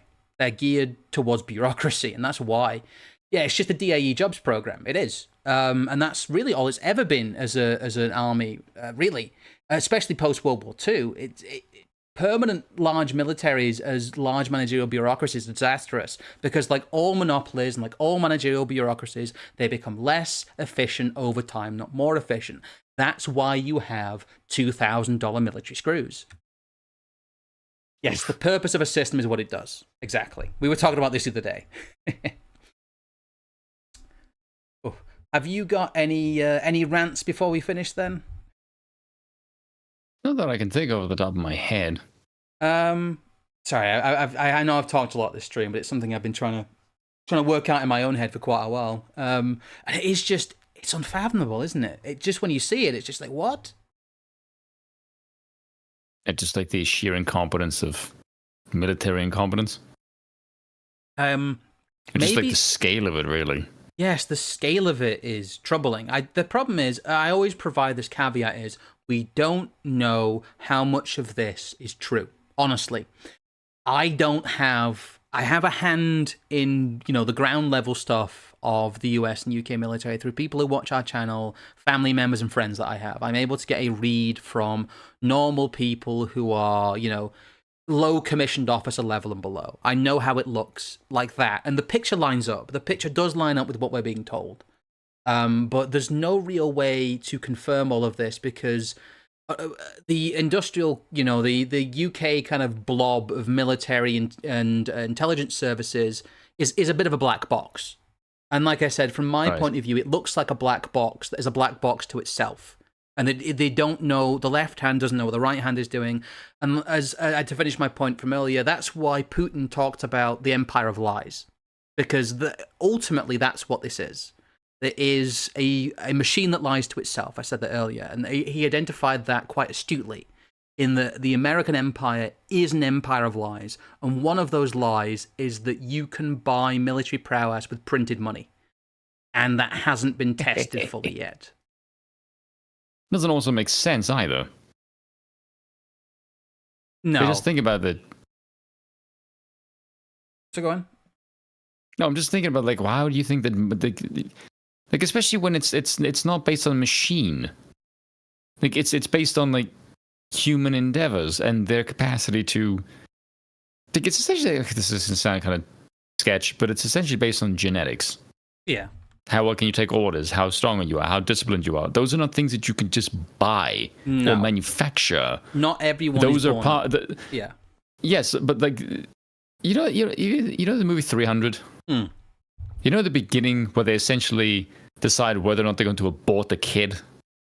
Yeah. And so, it's when this says if the kid is small, sickly, or puny or misshapen, he would have been discarded. And you instantly think, oh, that's kind of based. In any other circumstance, you think that's incredibly barbaric. Yes. But what is the purpose of this? It's to create an army of fighters. So every kid is inspected in the sense that your role is to give your life for the good of the state, which is, I think, by today's standards, seems kind of terrifying. The ultimate point, and I think the point you're making there, is that the dysgenics crisis, kind of the stuff that we've talked about, the population collapse, the dysgenics crisis, partly caused by immigration, partly caused by the wrong incentives financially, has completely annihilated the West's warrior class. We are incapable of producing warriors, and that is, I believe, one of the things that is destroying us as a culture and as basically a wider sphere. This is going to sound kind of strange, but do you think war is necessary? Yes. Yes, I'm under the impression that one of the reasons why you have wars is to separate the weak from the strong. It's a bit of a Fallout reference, but when you have Legate at the end, he says, my coming would have saved you, separated the weak from the strong. Blood would have broken you. The problem is industrial that's true. War. Industrial war can have the opposite effect in that it can rid you of men who are warrior. It can basically decimate your warrior class. It can destroy it. I know decimate means remove 1/10. Don't get autistic with me. It can destroy basically your warrior class and your genetic warrior class because of the use of technology. And I don't believe that war is the driver that used to be. I believe conflict is necessary, but industrial war is one of the greatest evils imposed on mankind, and it does not reward warriors, which is why they've abandoned the idea of them. They think they can just use drones, but I don't think that is a circle you can really square. Anyway, thank you for coming on, Mr. Spoon. I will chill your stuff again. Do go and look at the Aristocratic Utensil on YouTube. I'll put his YouTube in the chat. You also do a podcast called Broken Crown that I'm occasionally on as a guest with Aidan Paladin. Yes. You're more than welcome to come on anytime you want, by the way. I know. I try not to hog it, and sometimes I don't have time, to be honest with you. But you'll probably see Spoon on this channel again, and you'll probably see me on the Broken Crown channel again. I know there's quite a bit of a crossover of fan base. There's a few of you who do watch both. I know Lamented Guide, who is a fan of both of ours, so it is good to see that crossover there. Once again, if you do want to support us, you can do so on Ko-Fi, you can do so via Super Thanks and Super Chat and all that on the YouTube, or you can do so via the Anti-Politics Substack with our memberships. There'll be quite a lot of stuff coming out there going forward, because I finally finished about 20 different pieces I've been writing, nominally for the last 3 years, some of them. So well done to you. We'll see about that one. Anyway, what I'll say is thank you for watching from me. Thank you for me as well. There we go. Thank you for going on, Spoon. I think there's a bit of delay there because of Discord anyway. You have yourself a good evening. I'm going to quickly mute you because the way the audio's set up, but I'm I don't know. Let's play the let's play the music, shall we? God, here we go. Is it where have I got that? God damn it.